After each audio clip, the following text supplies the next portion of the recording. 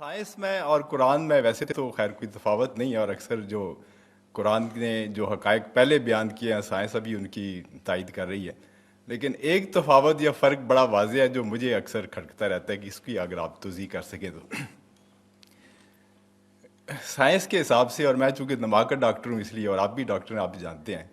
کہ اچھائی برائی، انسان کا نفس، انسان کی فکر، انسان کی جو مختلف اس کی جبلتیں ہیں اور ہر چیز جو ہیں وہ سب کچھ دماغ میں ہی ہے، اور اس کی فکر، اس کی سوچ، اس کی نفرت، اس کی اچھائی، ہر چیز سب چیزیں جو ہے دماغ میں ہی ہیں، اور یہ سائنس نے بڑی اچھی طرح واضح کر دیا، اس میں اب کوئی شک کی گنجائش نہیں رہے گی۔ لیکن اس کے برعکس مذہب جو ہے وہ قلب کے اوپر توجہ دیتا ہے اور ہر طرف قلب کا ذکر کیا جاتا ہے، تو اس میں اس تفاوت کا مجھے کچھ اگر آپ وضاحت کر سکیں تو۔ تشریف رکھیے، بہت اہم سوال ہے، اور سائل بھی چونکہ بہت پڑھے لکھے ہیں، سائنسدان ہیں، استاد ہیں، اس لیے بھی اس سوال کی اہمیت زیادہ ہے۔ دیکھیے، سائنس صرف میٹیریل چیزوں سے بحث کر سکتی ہے، وہ چیزیں جن کی حقیقت میٹیریل نہیں ہے، مثلا روح، یہ کوئی میٹیریل شے نہیں ہے۔ ہمارا جسم، یہ ایک میٹر کا معاملہ ہے، ورلڈ آف میٹر سے متعلق ہے۔ ہمارے جسم کے سارے فنکشنز جو ہیں وہ سائنس ریویل بھی کر سکتی ہے، ڈسکس بھی کر سکتی ہے، بحث بھی کر سکتی ہے، اور صحیح فیصلے بھی لے سکتی ہے۔ لیکن یہ بات میں نے بڑی وضاحت کے ساتھ بیان کی ہے، اس کے لیے شاید آپ کو میری کچھ چھوٹی چھوٹی چیزیں پڑھنی پڑیں گی۔ قرآن مجید کے مطالعے سے جو مجھے معلوم ہوا وہ یہ ہے کہ انسان در حقیقت ایک کمپوزٹ بینگ ہے، اس میں دو وجود جمع ہیں۔ ایک میٹیریل ہے جو حیوانی ہے، تو تمام کے تمام جتنے حیوانی انسٹنکٹس ہیں وہ ہمارے اندر موجود ہیں، کھانے کو چاہیے، اور جو اینیمل انسٹنکٹس ہے، کچھ آرام بھی چاہیے، کچھ بقائے نسل جو ہے تسلسل کے لیے وہ بھی کچھ چیزیں رکھ دی گئی ہیں وغیرہ وغیرہ، تو یہ پورا انسان ہے۔ لیکن انسان نرا حیوان نہیں ہے، انسان کی ایک حقیقت جو ہے وہ روحانی ہے، اس کا تعلق ورلڈ آف میٹر کے ساتھ نہیں ہے، اور وہ در حقیقت میٹیریل سائنسز کی جو دریافت ہے اور اس کی جو بھی ریسرچ ہے اس کے فیلڈ میں آتا ہی نہیں۔ وہ روح کا مرکز در حقیقت قلب ہے، یہ روح ہے در حقیقت، اور یہ کمپلیٹ پرسنالٹی ہے ان اٹ سیلف، انویزیبل ہے، دیکھی نہیں جا سکتی،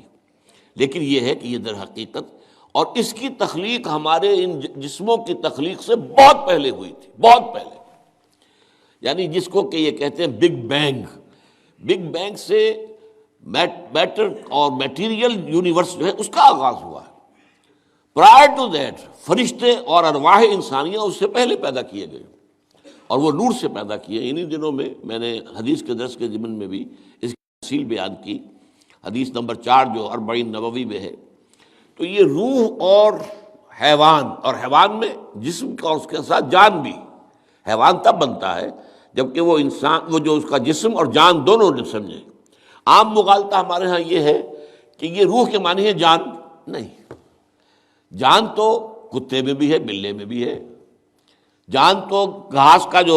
لگا ہوا ہے پتا، اگر وہ کٹا ہوا نہیں ہے اپنی جڑ سے تو اس میں بھی جان ہے۔ تو جان تو آپ کو معلوم ہے ہر شے کے اندر موجود ہے۔ اور یہ جو حدیث میں آتا ہے کہ جب رحم مادر میں امبریو جو ہے 120 دن کا ہوتا ہے تب اس میں روح پھونکی جاتی ہے، یعنی اس سے پہلے جو ہے 120 دن تو کیا وہ بے جان تھا؟ اب ظاہر بات ہے ڈاکٹر صاحب سے بڑھ کر کون جانے گا اس کو کہ وہ تو جو سپرمیٹوزوون تھا وہ بھی جاندار تھا، جو اووم آیا تھا ماں کا فیلوپین ٹیوب کے اندر وہ بھی جاندار تھا، دونوں کے ملاپ سے زائگوٹ بنا وہ بھی جاندار ہے۔ اور یہ ایک جو ہے نشو و نما پا رہی ہے چیز جو کہ زندگی کی سب سے بڑی علامت ہے، وہ جو ہے 120 دن تک اس نے ڈیولپمنٹ کی ہے، جس کو قرآن مجید کہتا ہے نطفہ ہے، پھر نطفے کے بعد جو ہے وہ مضغہ ہے، علقہ ہے، ان ساری سٹیجز کے بعد پھر روح پھونکی جاتی ہے۔ وہ روح ہے در حقیقت کہ جو بہت آغاز میں پیدا کر دی گئی تھی، اور اس کے بعد اس کو ایک نیند سلا دیا گیا۔ اس کے بعد جیسے جیسے رحم مادر کے اندر وہ جنین تیار ہوتا ہے تو 120 دن کے بعد اس کی روح جو وہاں موجود ہے پہلے سے، پرائر ایگزسٹنس اس کی ہے، وہ لا کر اس میں پھونک دی جاتی ہے۔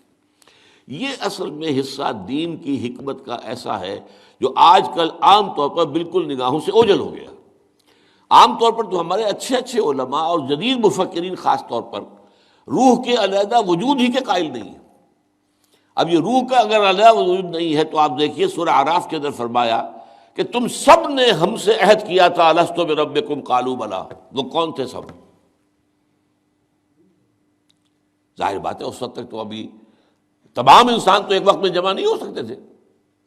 وہ تو یہ کہ عین اس وقت جب کہ وہ ارواح کے عالم کے اندر پیدائش ہوئی ہے سب کے سب موجود تھے، حضرت آدم کی روح سے لے کر اور آخری آدمی جو انسان دنیا میں آئے گا اس کی روح، یہ سب موجود تھے، اور ان سے سوال ہوا الست بربکم، اور جواب ہوا قالوا بلا۔ اور پھر ایک دن آئے گا قیامت کے دن، پھر تمام نوع انسانی پھر جمع ہوگی اللہ کے حضور میں، اور اللہ فرمائے گا، سورہ کہف کے الفاظ ہیں لقد جئتمونا کما خلقناکم اول مرہ، آ گئے ہو نا ہمارے پاس جیسے کہ ہم نے تمہیں پہلی مرتبہ پیدا کیا تھا۔ اب یہ پہلی مرتبہ کی پیدائش وہ ہے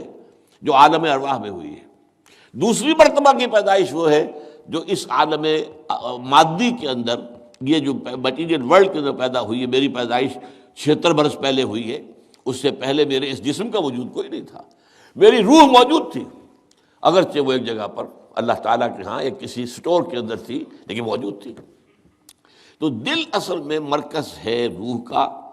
اور روح ایک کمپلیٹ انڈیپینڈنٹ پرسنالٹی ہے، اس کا تعقل بھی ہے، یہ دیکھتی بھی ہے، بغیر ان آنکھوں کے دیکھتی ہے، روح براہ راست دیکھتی ہے، روح جو ہے وہ براہ راست سنتی ہے۔ اور آج ہمارے ہاں ڈاکٹر صاحب بھی اس کی تائید کریں گے، جو ایکسٹرا سینسری پرسیپشن کا تصور آیا وہ کہاں سے آیا؟ ہم تو جانتے تھے کہ 5 ہی حواس خمسہ ہیں، انہی سے انسان جو ہے پرسیپشن ہوتی ہے، تو یا تو بصارت ہے، یا سماعت ہے، یا ٹچ ہے، یا اسمیل ہے، یہی ٹیسٹ ہے، یہی حواس خمسہ ہمیشہ سے چلے آ رہے ہیں۔ یہ ایکسٹرا سینسری پرسیپشن کہاں سے آیا؟